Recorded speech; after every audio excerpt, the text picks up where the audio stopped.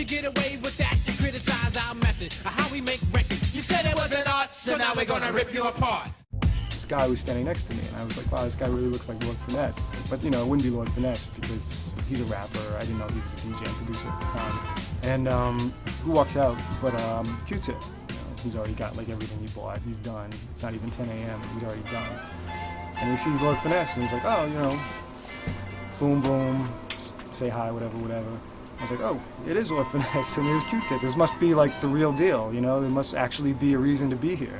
Once I walked in, I was like kind of starstruck. Like every producer who was doing something at the time was there in that room. It was like Pete Rock, Buckwild, T-Ray, Salam Remy, Showbiz, 45 King, Q-Tip, Beatminers, Godfather Don, Diamond, you know, all these guys. When you went to get records, it was more of a stealth thing. It was about you finding something because you knew of a store or a person or some dealer or someplace where you were going to get stuff, and that was your thing. It was something that you kind of, you know, kept closely guarded, you know. So the Roosevelt and the record convention, it just kind of, it was the opposite end of the spectrum in terms of visibility, you know. It was something that everybody in that community knew about and looked forward to.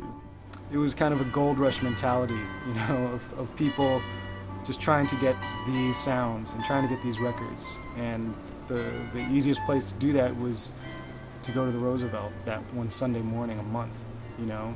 There was a certain amount of status involved in having certain beats and having certain records that other people didn't have, and it was kind of a race to try to like flip something before another artist or producer, you know, would get to it.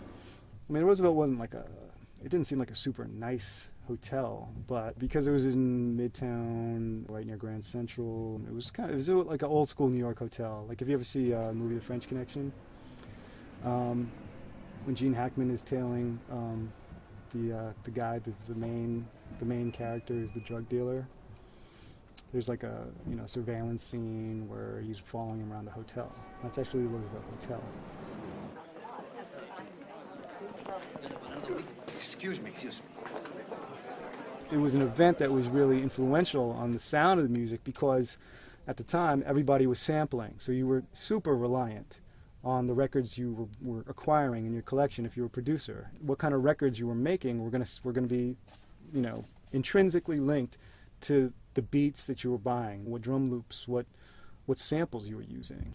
The Roosevelt was like it was like speculation, you know. It was like the stock market. It was like a land grab or the gold rush for records. Dealers trying to take advantage of this market that was quickly, you know, developing. The prices became overinflated, you know. They could charge way too much money for a record that they would find really cheaply outside of New York City. Eventually, everybody got hip to that. There was no way to sustain it. It was a bubble that was going to burst, you know. It was a